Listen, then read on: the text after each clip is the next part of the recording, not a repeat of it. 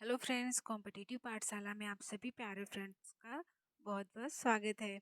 तो चलिए friends start करते हैं। आज हम डिस्कस करेंगे मैथ का पेपर वन 1 to 5 का मैथ का पेपर, जो कि 16 दिसंबर का आपका 16 दिसंबर 2021 को आपका ऑनलाइन एग्जाम हुआ था। उसी का ये 16 दिसंबर का पेपर है।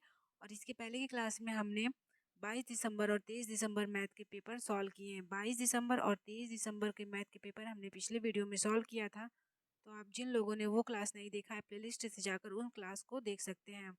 तो चलिए फ्रेंड्स, बिना टाइम को वेस्ट किए हुए सेशन की शुरुआत करते हैं। और आप लोग भी प्रश्न को लगाने का प्रयास कीजिएगा। बाकी जिन लोगों को नहीं समझ में आएगा वो कमेंट बॉक्स में टाइप करके आप हमसे पूछ सकते हैं। तो पहला क्वेश्चन है कि गीतांजलि ने माला बनाने के लिए कुछ मोती खरीदे। उनके पास 10 मोतियों के कुछ पैकेट थे, साथ ही खुले मोती भी थे। प्रत्येक मोती की कीमत 50 पैसे थी। एक मोती की कीमत 50 पैसे थी, लेकिन अगर वो 10 मोतियों का एक पैकेट खरीदती है तो उसे 1 रुपए कम देने पड़ते हैं। जैसे कि अगर 10 मोती वो खरीद रही है तो उसे 5 रुपए देने पड़ते। वहीं अगर ये 10 का एक एक पैकेट बना के खरीद रही है तो 5 की जगह उसे 4 रुपए ही देने पड़ते। तो 10 मोती के लिए 4 रुपए देने पड़ते हैं। आगे प्रश्न है कि वह मोती इस प्रकार खरीदती है कि कुल मोतियों की संख्या 2 अंक की सबसे बड़ी सम संख्या है। तो फ्रेंड्स, 2 अंक की सबसे बड़ी सम संख्या क्या होगी? 98, क्योंकि सबसे बड़ी तो 99 होती है, लेकिन ये ऑड है। इसने कहा है कि वह जितने मोती खरीदती है वो 2 अंक की सबसे बड़ी संख्या है, अर्थात उसने 98 मोती खरीदा है। अगर वो 10-10 के पैकेट बनाएगी तो 9 दहा में 90, तो टोटल वो 9 पैकेट बनाएगी 10-10 के। तो 10-10 के 9 पैकेट बनाएगी और एक पैकेट की कीमत 4 रुपए है, तो टोटल 9 चौका 36 रुपए यहाँ से उसके हो जाएंगे। लेकिन अभी भी 90 मोती ही हुआ है। 90 मोती का दाम 36 रुपए, लेकिन 98 मोती अर्थात 8 मोती का दाम, एक मोती का दाम 50 पैसे, तो 8 मोती का दाम 4 रुपए होगा। इस प्रकार से 36 और 4 40 रुपए टोटल उसको दुकानदार को देना पड़ेगा। जो डी ऑप्शन है वो आपका यहाँ से करेक्ट है। नेक्स्ट है 32 नंबर, कि जब किसी संख्या को शून्य से विभाजित किया जाता है तो परिणाम सदैव क्या मिलता है? तो फ्रेंड, जब भी हम किसी भी संख्या में जीरो से भाग देंगे तो परिणाम हमेशा सदैव जीरो ही मिलेगा। तो पहला ऑप्शन आपका करेक्ट है। नेक्स्ट है 33 नंबर क्वेश्चन, अंक 0147 को बिना दोहराए यदि एक साथ प्रयोग किया जाए तो उससे बनने वाली 4 अंक की सबसे बड़ी और सबसे छोटी संख्या का अंतर कितना होगा? तो फ्रेंड्स, इन चारों नंबर से सबसे बड़ी सबसे छोटी संख्या पहले बनाते हैं। तो 1047 ये आपकी सबसे छोटी संख्या है। और इसी नंबर से सबसे बड़ी संख्या बनाएंगे तो 7410। अब इन दोनों का अंतर कर दीजिए तो 6363 आपका आंसर। तो पहला ऑप्शन यहाँ से करेक्ट है। 6363 जो है वो आपका करेक्ट आंसर है। नेक्स्ट है, निम्नलिखित में से कौन सबसे बड़े और सबसे छोटे भिन्न का अंतर निकालिए। तो सबसे इसको आप भाग दे के सबसे बड़ा भिन्न निकाल लीजिएगा। जैसे कि 3/4 है तो इसको भाग निकाल देंगे तो आपका आएगा 0.3 30 हो जाएगा। तो 7 चौक 28, 7 चौक 28 और 2 75, 0.75 आपका इसका आया। इसी प्रकार से इसको आरोही क्रम में लगाने के बाद जो सबसे छोटी संख्या और सबसे बड़ी संख्या का अंतर आप कर दीजिएगा, जो आपका आंसर आएगा वही आपका आंसर हो जाएगा। तो फ्रेंड्स, यहाँ पे आप लोग इसको करके देख लीजिएगा। 7/12 जो है वो करेक्ट है। नेक्स्ट दिया है कि फलों के मूल्य प्रति किलोग्राम नीचे दिए गए हैं। आम का मूल्य है 1 किलो का 80 रुपये 60 पैसे। सेब का मूल्य 120 रुपया 50 पैसे और तरबूज का मूल्य है 22 रुपये 50 पैसे। वहीं अंगूर आपको 110 रुपये 40 पैसे पर केजी के हिसाब से मिल रहा है। तो यहाँ पे एक लड़की है स्नेहा, उसने टोटल खरबूज खरीदा है 3 सही 1/2 किलो। तो इसको सरल में बदलेंगे तो 3 दूनी 6 1 7, 7/2 किलो खरबूज खरीदा है। तो 7/2 में गुणा कर दीजिए किसका? 22.5 का, क्योंकि खरबूज का दाम 22.5 है। इसको सॉल्व करेंगे तो आपका टोटल आएगा 78.75, अर्थात 78 रुपया 75 पैसे का उसने खरबूज खरीदा। उसी तरह 2 किलो आम तो 1 किलो आम का दाम कितना था? 80 रुपया 60 पैसे। 2 किलो आम का मल्टीप्लाई करके जितना आएगा 161.2 आपका आएगा, तो इतने रुपए का उसने आम खरीदा। नेक्स्ट है कि 1/2 किलो उसने सेव खरीदा। इसको सरल अनुपात कीजिएगा तो 2 एकम 2 1 3, तो टोटल 3/2 उसने सेव खरीदा, और इसी में मल्टीप्लाई कीजिएगा 120 120 रुपये 50 पैसे का। तो इस हिसाब से आपका जो कट पीट के आएगा सेव का, 3/2 किलो सेव का दाम वो आपका 180.75 रुपया आएगा। इसी तरीके से उसने 3/4 किलो अंगूर खरीदा, तो 3/4 गुणे 110.40, क्योंकि 1 किलो का दाम यहाँ पे दिया हुआ है, तो यहाँ से उसने 82.80 रुपया का अंगूर खरीदा। अब जितने भी चीज़ों को उसने खरीदा है यहाँ पे ऐड कर देंगे तो टोटल 503.50 आपके आ जाएंगे। तो उसने कहा कि उसने दुकानदार को एक 2000 का नोट दिया, उसे कितने रुपए वापस मिलेंगे? तो यहाँ से 2000 में से आप माइनस कर दीजिए 530 रुपया 50 पैसा, तो टोटल यहाँ से 1496.50। ऑप्शन बी जो है वो राइट है। नेक्स्ट क्वेश्चन है, नेक्स्ट है 36 नंबर क्वेश्चन की स्वतंत्रता दिवस पर शिक्षिका ने चाक के टुकड़े उठाने की प्रतियोगिता का आयोजन किया। शिक्षार्थियों को एक निश्चित समय में ज़्यादा से ज़्यादा चाक उठानी थी। हीना, लीना, बीना, बीजू और मीगी 5 सबसे अच्छे विद्यार्थी थी। हीना के पास मीगी से ज़्यादा चौक थे। हीना के पास मीगी से ज़्यादा चौक थे, मतलब कि हीना के पास मीगी से ज़्यादा, मीगी ये है, ये आपकी हीना हो गई।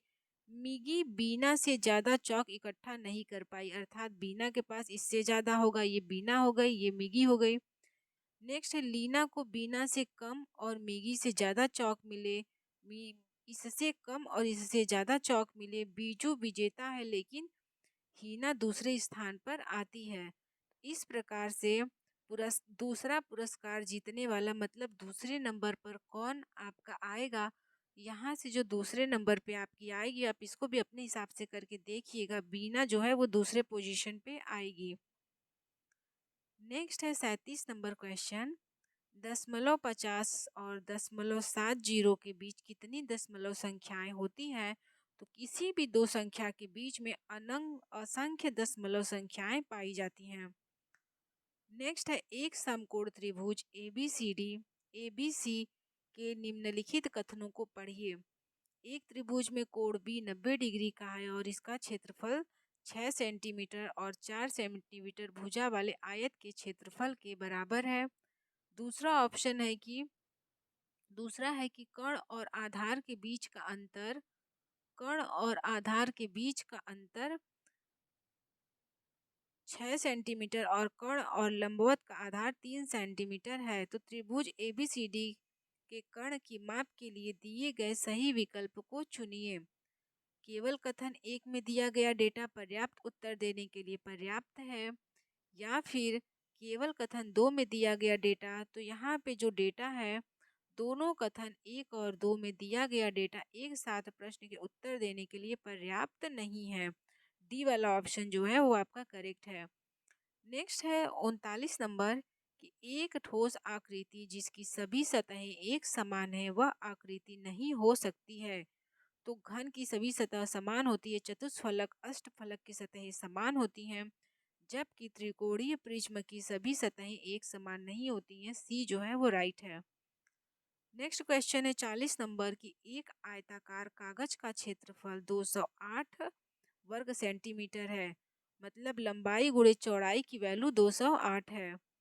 उसका परिमाप 58 सेंटीमीटर है, तो परिमाप 58 सेंटीमीटर मतलब 2l प्लस बी की वैल्यू 58 दिया है। इसको काट देंगे तो l प्लस बी की वैल्यू कट पीट के आपकी l प्लस बी की वैल्यू कितनी आ जाएगी फ्रेंड? तो 29 आ जाएगी। यहाँ से आपकी l प्लस बी की वैल्यू 29 आ जाएगी। अब ऑप्शन में देखते हैं कि l और b की वैल्यू 29 है कौन कौन। ये भी 29 है, ये भी 29 है, लेकिन यहाँ पे ये भी आपका 29 ही है, लेकिन यहाँ पे इन दोनों का मल्टीप्लाई करने पर 208 आना चाहिए। इसका भी 208 आ रहा है, इसका भी 208 आ रहा है, लेकिन जो लंबाई होती है वो ज़्यादा होती है, चौड़ाई कम होती है। इस हिसाब से 16 आपकी लंबाई हो जाएगी और 13 जो है वो चौड़ाई हो जाएगी। नेक्स्ट है मंगलवार को 2 घड़ियाँ। आपका यहाँ से पहला तो बी वाला जो ऑप्शन है वो आपका करेक्ट है। नेक्स्ट है 41 नंबर। मंगलवार को 2 घड़ियाँ नई दिल्ली मेट्रो पर 9 बजे चालू की जाती हैं। दोनों दीवार घड़ियाँ 1 घंटे में क्रमशः 3 मिनट और 5 मिनट तेज हो जाती हैं। एक 3 मिनट तेज होती है, एक 5 मिनट तेज होती है। दूसरी दीवार घड़ी में कितने बजे होंगे यदि पहली दीवार घड़ी 1 घंटे में 3 मिनट तेज हो जाती है?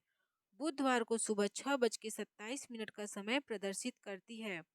तो फ्रेंड्स यहाँ पे अगर आप इसको सॉल्व करेंगे तो आपका जो समय प्रदर्शित कर रही है वो 6:45, 6:45।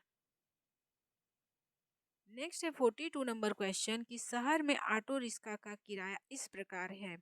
न्यूनतम किराया 25 रुपये, 1.5 किलोमीटर का 25 रुपये न्यूनतम किराया है और 1.5 किलोमीटर से अधिक अगर आप ट्रैवल करेंगे तो 9.5 रुपया पर किलोमीटर के हिसाब से उसका चार्ज है। राजू ने घर जाने के लिए शहर से ऑटो रिक्शा लिया जो 7.5 किलोमीटर की दूरी पर है। यात्रा पूरी करने के पश्चात उसे कितना किराया देना पड़ेगा? तो फ्रेंड्स यहाँ पे पहले 1.5 किलोमीटर की 25 रुपया उसको देना पड़ेगा 1.5 किलोमीटर के लिए।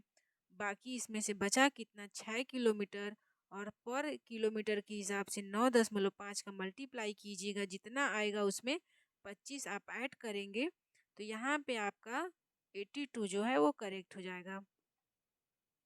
नेक्स्ट है कि अगली संख्या पहचानिए। अगली संख्या पहचानिए तो 2 दूनी 4, 4 में 2 जोड़े 6, 6 में 2 जोड़े 8, 8 में 2 जोड़े 10। इसी प्रकार 3 में 3 जोड़े 6, फिर 9, फिर 12, फिर यहाँ पे 15 आना चाहिए। तो डी जो है वो आपका राइट है, 15। नेक्स्ट है कक्षा के 9 विद्यार्थियों की लंबाई इस प्रकार है। 128 सेंटीमीटर, 124 सेंटीमीटर, 131, 124, 130, 126, 128, 124, 130। तो माध्यिका प्लस बहुलक बटे माध्यिका माइनस बहुलक का मान क्या होगा? तो सबसे पहले इसको आप असेंडिंग ऑर्डर में लगा लेंगे। उसके बाद जब असेंडिंग ऑर्डर में लगाएंगे तो 124, फिर 124, फिर 124, उसके बाद 126, 128, 126, 128, फिर है 128 एक बार और है, फिर 130, उसके बाद 131। तो टोटल यहाँ पे 3 3 6 2 8 1 9 डिजिट है। 1 2 3 तो इधर से काटिए, चार ठो इधर से काटिए, बीच में आपका बचेगा 128। तो माध्यिका जो है वो 128 है और जो बहुलक है वो 124 है। दोनों को जोड़ दीजिए, फिर नीचे माध्यिका 128 माइनस बहुलक 124 करेंगे तो ऊपर ऐड करने पर 254 आएगा। फिर इसमें 4 से भाग दे दीजिएगा, बाकी आपका आंसर जो है कट के 63 आ जाएगा। तो सी वाला जो ऑप्शन है वो राइट है। नेक्स्ट है 45 नंबर। एक 20 सेंटीमीटर तार को एक आयत के रूप दिया गया, मतलब 120 सेंटीमीटर तार है उसको आयत का रूप दिया गया, अर्थात यल 2l प्लस बी की वैल्यू 120 सेंटीमीटर है। उसकी चौड़ाई जो लंबाई है उसकी चौड़ाई से 2 सेंटीमीटर अधिक है। माना ये आयत है, ये यक्स है और ये यक्स प्लस 2 है। तो 2l प्लस बी की वैल्यू 120 दिया है, यहाँ से कट के 60 हो जाएगा। यल प्लस बी बराबर 60 और यहाँ पे इसको हमने यक्स माना है, इसको यक्स प्लस 2 इसको यक्स माना है, तो यक्स प्लस 2 प्लस यक्स बराबर 60, तो यक्स बराबर 29 आएगा। तो फ्रेंड्स यहाँ पे से जो चौड़ाई है वो 29 हो जाएगी और 2 अधिक है तो ये 31 हो जाएगी। फिर दिया है कि आयत का क्षेत्रफल क्या होगा, 31 गुणे 2 29 करेंगे, 31 में 31 गुणे 29 करेंगे तो यहाँ पे 899 वर्ग सेंटीमीटर आयत का क्षेत्रफल आ जाएगा। पहला ऑप्शन जो है वो राइट है। नेक्स्ट है 46 नंबर क्वेश्चन। 46 नंबर क्वेश्चन है कि कक्षा 1 गणित में पढ़ाते समय राधा ने बच्चों को निम्नलिखित संदर्भ द्वारा एक अवधारणा का परिचय दिया। कार में 4 बच्चे थे, फिर एक बच्चा बाहर निकला, अब कार में 3 बच्चे हैं। उपर्युक्त संदर्भ में कौन सा कथन सही है? बच्चे संवर्धन के रूप में योग की समझ विकसित करेंगे। बच्चे समुच्चयन के रूप में जोड़ की समझ विकसित करेंगे। बच्चे न्यून के रूप में घटाव की समझ को विकसित करेंगे, या फिर बच्चे संवर्धन और न्यूनीकरण को प्रदर्शित करेंगे, संक्रिया करेंगे। तो यहाँ पे जो बच्चे होंगे वो न्यून के रूप में घटाव की समझ को विकसित करेंगे।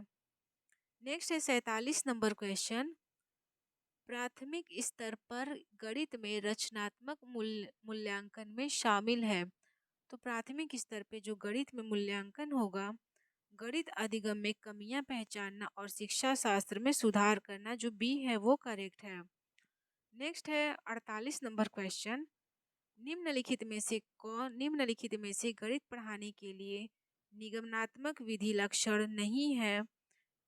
यह विधि छात्रों और शिक्षकों दोनों का समय और शक्ति बचाती है। यह तथ्यों और सूत्रों का स्मरण करने पर बढ़ावा देती है। या फिर इस विधि में अधिगमकर्ता सामान्य से विशेष की ओर अग्रसर होते हैं। इस विधि में अधिगमकर्ता नियमों सूत्रों को खोजता है और उनका सामान्यीकरण करता है। तो फ्रेंड्स, निगमन विधि का लक्षण इसमें से कौन सा नहीं है?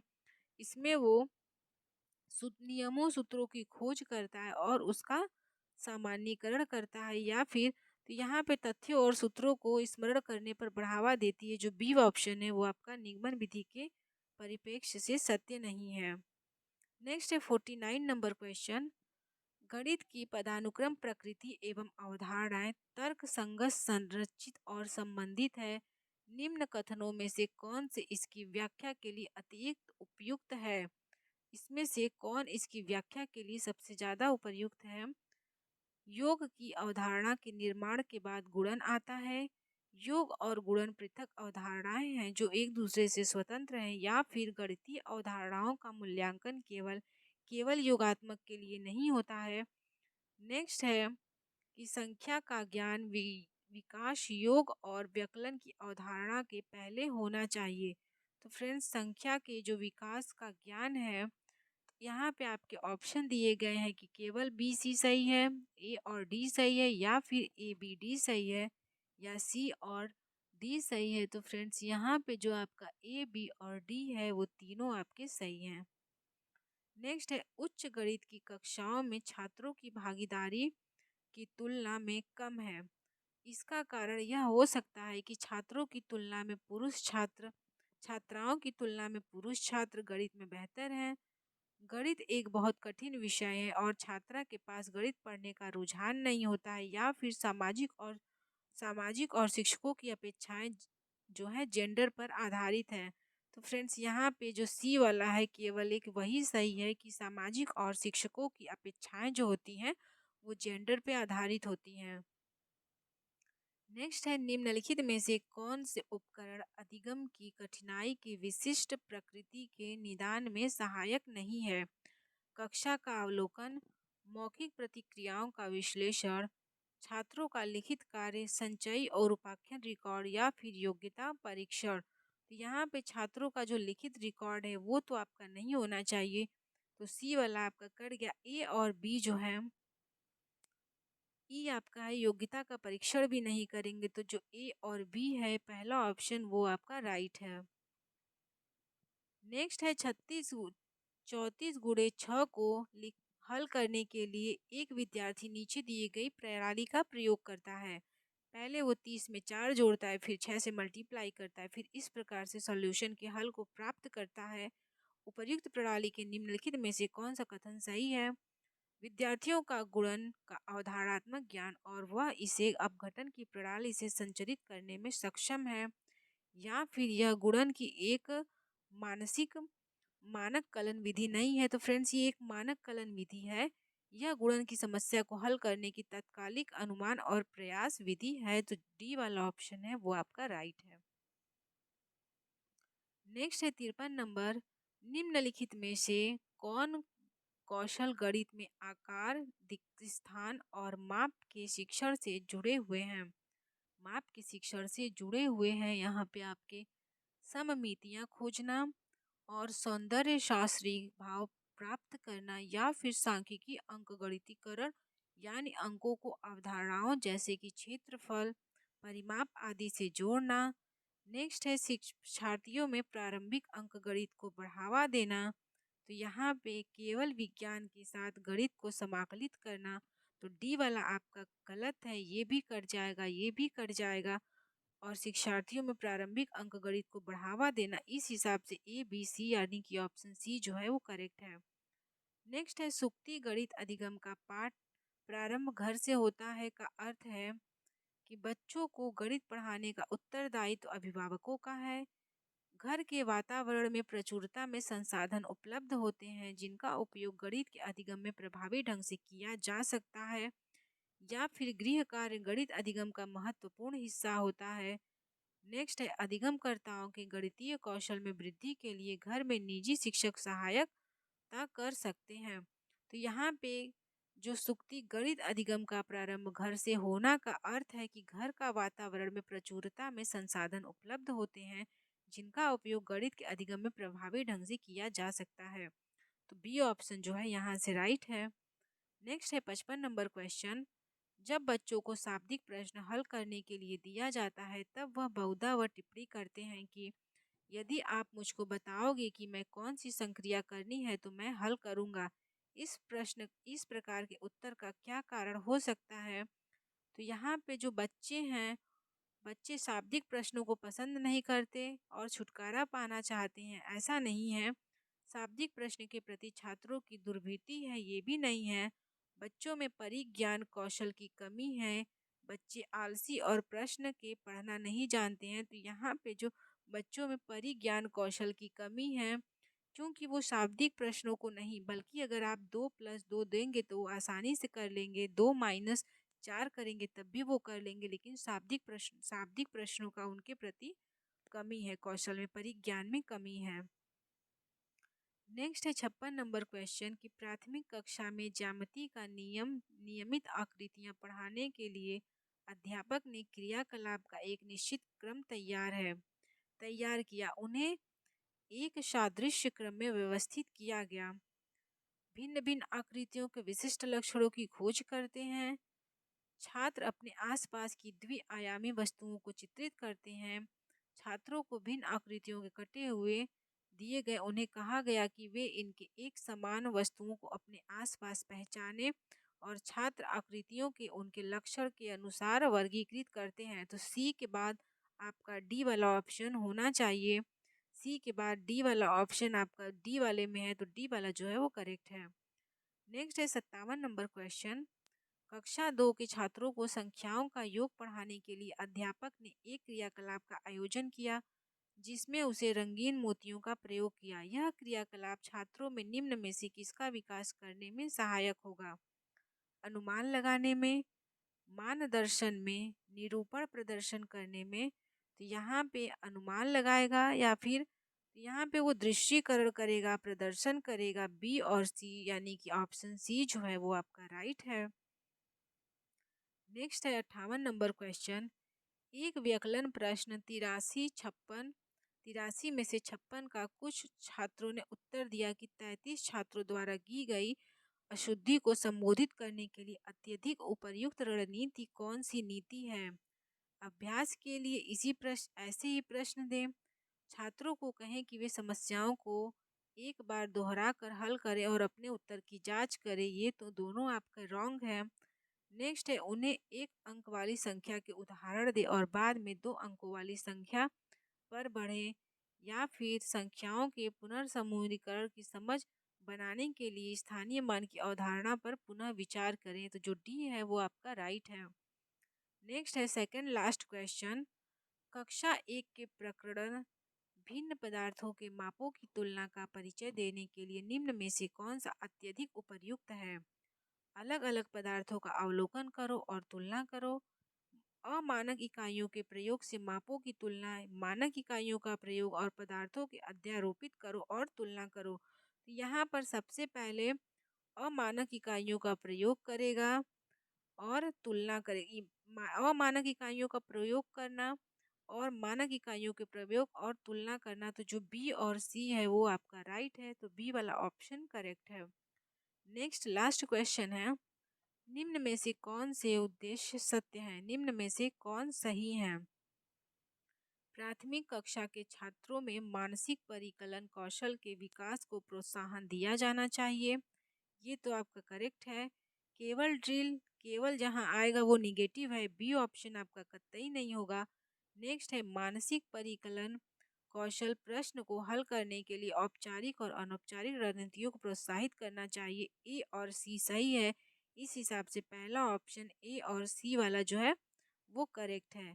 तो फ्रेंड इस प्रकार हमने 16 दिसंबर 2021 को जो आपके ऑनलाइन एग्ज़ाम हुए थे उसके साथ 30 प्रश्न गणित के पेपर 1 के यहाँ पे हमने डिस्कस किया। आई होप आपको सारी चीज़ें क्लियर हो गई होंगी। तो मिलते हैं नेक्स्ट क्लास में, नेक्स्ट डे के पेपर के साथ पूरा एनालिसिस करेंगे। तो इसके पहले मैंने 2 क्लास और लिया था, 22 23 दिसंबर और आज हमने 16 दिसंबर, टोटल 3 क्लास मैं ले चुकी हूँ। तो जिन लोगों ने पिछला क्लास नहीं देखा वो प्लेलिस्ट में जाकर पिछला क्लास देख सकते हैं। मिलते हैं नेक्स्ट क्लास में नेक्स्ट वीडियो के साथ, तब तक के लिए बाय बाय।